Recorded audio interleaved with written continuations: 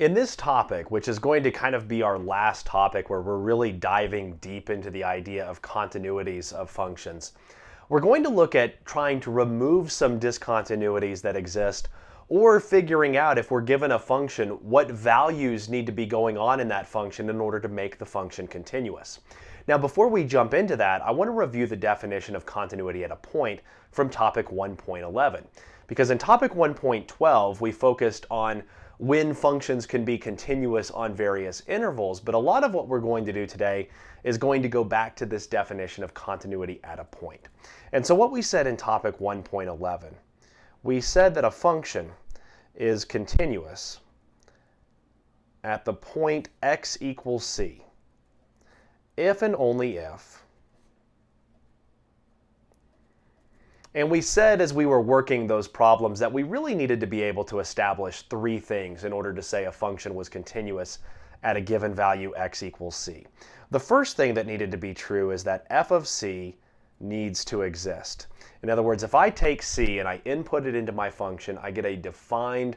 output out of that function. So f of c has to exist. The next thing that we looked at was we said, okay, the limit as x approaches c of f of x also has to exist.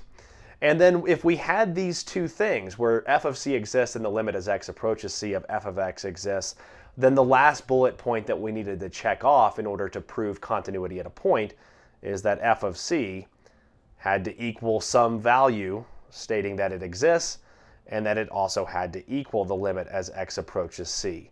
of f of x. And if we were able to check off these three things, we were able to say that a function was continuous at a given value x equals c. And so what we're going to do today is we will use this definition of continuity at a point to either remove discontinuities that exist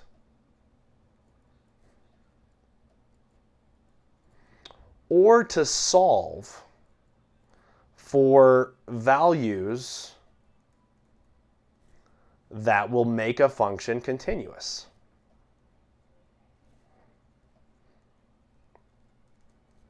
And so basically what's going to happen in this particular lesson is we're going to use this idea right here to set up what are actually some really simple equations to either solve for values that would force a function to be continuous, or if we have a function that we know it's not continuous, we might be able to redefine a value in that function that would actually force it to be continuous. So a lot of what we're going to be doing today is going to be using this definition right here to remove some of those discontinuities.